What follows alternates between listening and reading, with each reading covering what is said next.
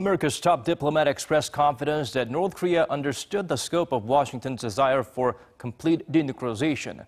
Meanwhile, the U.S. National Security Advisor pushed Pyongyang to move quicker. Cha Sang-min zooms in on the two officials' take on how the regime should go about dismantling its nukes.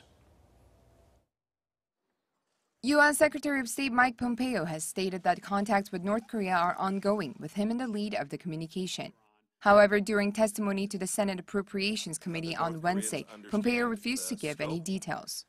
He said he was not prepared to talk about internal discussions taking place with Pyongyang, calling it inappropriate and counterproductive, before adding that the North Koreans would be, quote, watching this hearing. The top U.S. diplomat said he was sure the regime knew the scope of the denuclearization the Trump administration is calling for.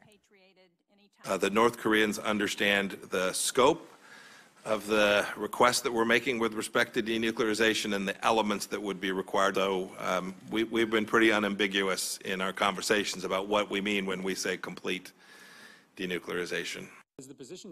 Pompeo also confirmed that no remains of U.S. soldiers killed during the Korean War have been handed over by the North, but said he was optimistic they will be in the not-too-distant future. Meanwhile, President Trump's National Security Advisor John Bolton, during his visit to Moscow on Wednesday, had more to add on North Korea's denuclearization. When asked whether Trump plans to attend the 4th Eastern Economic Forum in Vladivostok, to which North Korean leader Kim Jong-un is invited, Bolton chose instead to express his anticipation for the regime to start giving up its nuclear weapons without delay. I don't know the answer to that. It's possible, but I do expect that following on to the meeting in Singapore, that discussions with North Korea on the denuclearization of North Korea are going to proceed quickly. At least that's our hope and expectation.